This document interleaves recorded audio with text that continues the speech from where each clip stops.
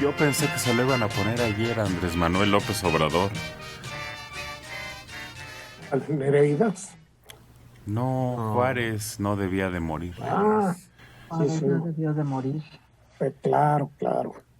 Ayer estuvo el presidente conmemorando un aniversario luctuoso de Benito Juárez en Acapulco. ¿Me lo explican, porfa? No hay explicación, porque creo que nació en el estado de Junto, ¿no? Sí. ¿Qué tiene que ver Acapulco? Yo sé que ahí estuvo, pero bueno, estuvo en todo el país prácticamente. Imagínate si lo festejan en Veracruz, en Ciudad Juárez, todos esos lugares en los que él estuvo. ¿Qué sería? Bueno, en Veracruz tiene sentido. Claro, ahí estuvo el poder. Ahí estuvo el poder. Desde ahí expide las leyes de reforma. Claro. ¿Sabes dónde me hubiera gustado? En las catacumbas esas donde guardó los papeles. El archivo, claro, allá por Durango. Unas cuevotas, ¿no? Donde dijo, aquí mero es un buen escondite. Sí. Que traía el archivo de la nación y fue lo único que guardó. Que se llevó. La obra de Juárez es descomunal. Arrancó el dominio de un poderoso estamento clerical y devolvió ese poder al pueblo. Las leyes de reforma en su conjunto transformaron el sistema ideológico, material, económico, semifeudal en una ética laica y republicana. Esta es la segunda gran transformación de nuestra historia, dijo el presidente. ¿Y cuando dijo laica, no se sembraron los suelos? Pues él es laico también. No.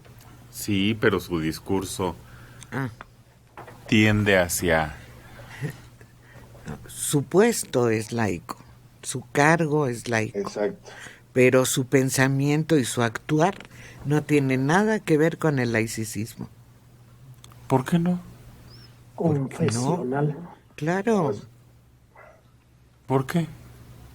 Porque él en sus discursos muchas veces marca su creencia religiosa y lo ha hecho varias veces. Hace poco fue hasta exagerada la forma en que lo hizo. ¿Por qué? ¿Qué dijo? Porque dijo que habría que confiar en Dios, algo así. Hace poquito, 15 días, 3 semanas. La influencia del juarismo está en 4 pilares sobre los que hoy se fundamenta el desarrollo de México. Leyes, instituciones, pluralismo y democracia. ¿Qué vendría a ser el pluralismo? Que se toleran distintas ideologías y formas de pensar en la vida pública. Es decir, que no se sataniza a quienes no piensan como tú. No los criminalizas, no los exhibes, no te enojas si alguien habla mal de ti. Descalificas. No descalificas a quien no piense como tú. Eso es pluralismo. Eso sería muy interesante. Que se llevara a cabo en este país. Apuntó que el tiempo de Juárez coincide con el nacimiento del México moderno, porque fue a partir de las leyes de reformar, debe ser de reforma, que cristalizaron los fines de la independencia del país. Entonces, antes de Juárez, México no valía la pena, no había nada, no funcionaba. Bueno, estaba en pugna varias concepciones de lo que es el Estado. Con Juárez se materializa una concepción que coincide más con la visión moderna de los estados. México no, simplemente se adelantó un poco a las visiones más comunes de los estados en las naciones democráticas de nuestro tiempo. en donde no hay religión oficial.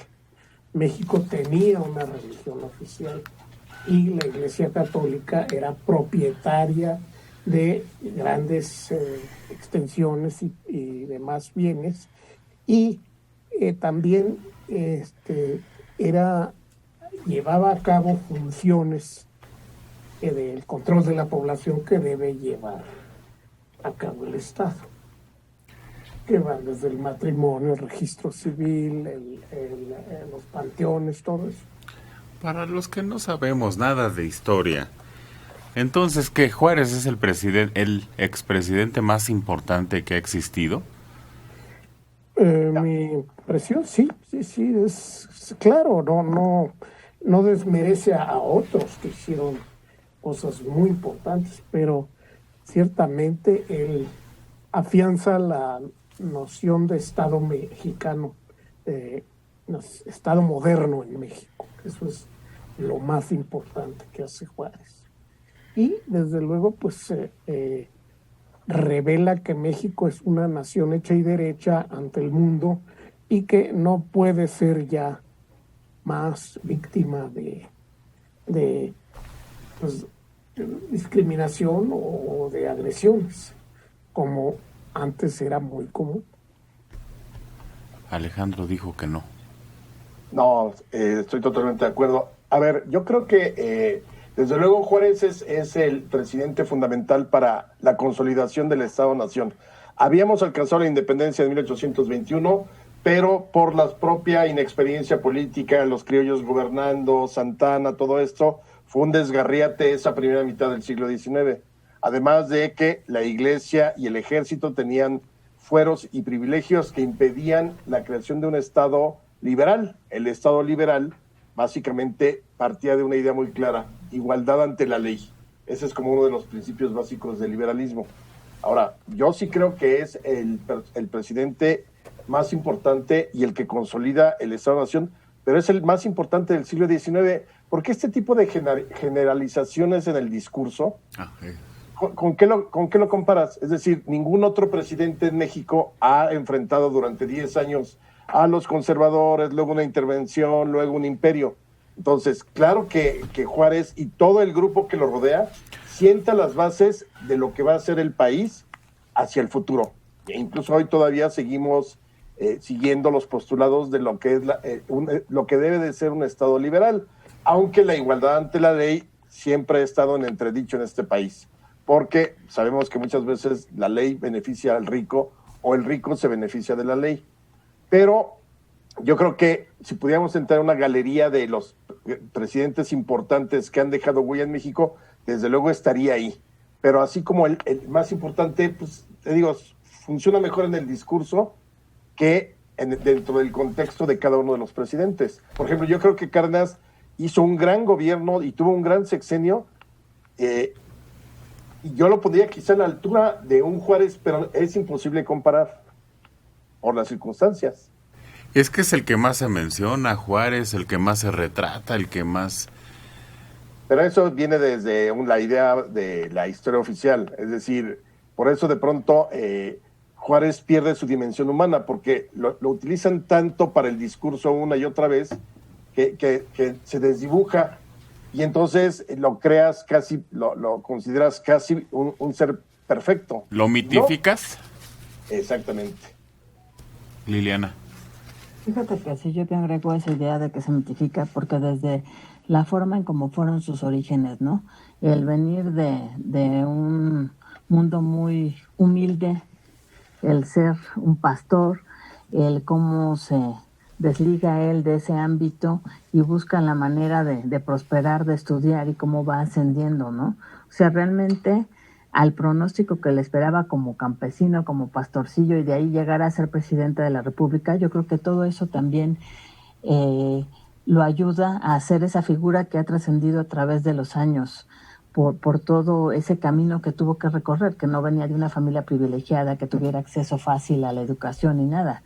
Él, al contrario, todos los pronósticos eran para ser uno más de lo que eran el pueblo de México, vivir con lo elemental, estar en lo elemental, y sin embargo rompe con todos esos obstáculos que le perseguían, ¿no? Por su origen humilde y su origen indígena. Entonces eso, aunado a todo lo que rompe con la iglesia, los cambios en las leyes, pues realmente se vuelve un personaje muy significativo. la superación nos inspira. Sí. Si te acuerdas que en estas monografías que vendían en la papelería, ahí te cuentan que deja su pueblo porque pierde un borrego y entonces su tío lo iba a regañar. Sí. Y pues no, o sea, Juárez dejó un pequeño librito, es casi un folleto, porque son como 30 páginas, que se llama Apuntes para mis hijos. Y ahí nunca menciona, número uno, que haya tocado la flauta de Carrizo. ¿Se acuerdan que también venía en la monografía y sería con su flauta? Juárez no tocaba la flauta de Carrizo. Y número dos, no huyó de su tío. Ahí cuenta él que a los 12 años eran 20 familias las que vivían en San Pablo Guelatao y que no había futuro. Y es cuando decide cruzar la sierra para ir a alcanzar a su hermana que ya vive en la capital de Oaxaca. Entonces ahí empieza la distorsión de la historia oficial con Juárez, cuando si uno lee a Juárez en sus discursos, en el libro que se llama Apuntes para mis hijos y que por ahí seguramente lo pueden descargar, es muy, ahí te das cuenta de quién es, de por qué hace ciertas cosas y demás. Por ejemplo, otra de las grandes mentiras sobre Juárez es que él estaba a favor de los indígenas y no estaba a favor, pero tampoco estaba en contra. Lo que él quería es que toda la nación mexicana se incorporara bajo ese principio de igualdad ante la ley. Entonces, él no hay un solo discurso donde diga, ay, miren, yo soy zapoteca, compréndanme, trátenme de un modo especial, ayúdenme a que mi raza sea distinta. No, él simplemente quiere integrar a partir de la idea de igualdad ante la ley. Por eso él no se hace chiquito frente a nadie. Y además hay otra cosa, el consejo que les da a los indígenas es, primero, aprendan español. Segundo, aprendan a vestirse como el común de la gente, como si quieren ser licenciados, como licenciado. Es la mejor forma de salir adelante y de dejar de sentir o de ser objeto de discriminación en este país. Simplemente integrarse a la sociedad. Me faltó un mito que lo persigue, la reelección. La reelección lo persiguió hasta que se muere. No, pero sí hubo, es que también dice, nunca se presentó a una elección. No, sí, hubo 3 elecciones que ganó. Eso está muy bien fundamentado. A la justa. Sí, claro. sí. Pero quería seguir ahí. Que puedan tener una elección, pero en México, hubo 3 elecciones y las 3 las ganó con opositores. Pero aparece mucho eso de que nunca se presentó al juicio de los electores, ¿no? Es verdad. Y también ha proliferado mucho el mito de que tenía 1.37 de estatura. Y no, eso. Es falso. Hay otra cifra que sí se aparece, que es un poco más aceptable, que mide 1.56. Sí, por ahí. Es verdad, porque coincide con las fotografías. Hay fotografías en que está de pie o sentado, porque también se notaría sentado, y está ya sea con su esposa o con otros funcionarios o abordando una carroza. Entonces, es falso decir que medía 1.37. Es que hubiera sido la comidilla de la prensa en la época y no lo era. Ahora, nada más una última pregunta.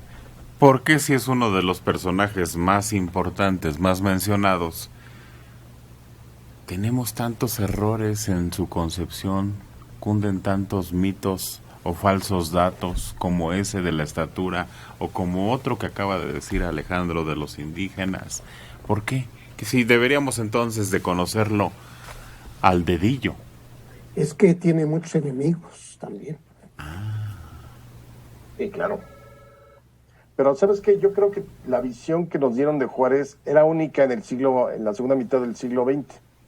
O sea, no había la posibilidad de confrontar. Existía una historia que confrontaba a Juárez y que lo cuestionaba y lo criticaba, claro, la que hizo la UNAM, el Colegio de México y todo. Pero antes era muy difícil que el ciudadano de a pie tuviera facilidad de conseguir 4 biografías. Es decir, crecimos con una sola visión de la historia, que era la del libro de texto, y ahí se fueron, digamos, sembrando todos este tipo de visión de... Hay por ahí un libro, me parece que de Fernando Benítez o de Nestrosa, que se llama El indio que llegó a ser presidente, o un indio llamado Benito Juárez, y entonces te decían, es que es un indio, ahora ya no se diría así porque también ya cayó como en desuso por el tema de lo peyorativo que podía ser el término, pero así se titulaban. Y entonces te das cuenta de que lo que alentaba la historia oficial era creer que el mérito de Juárez era haber sido indígena que llegó a ser presidente.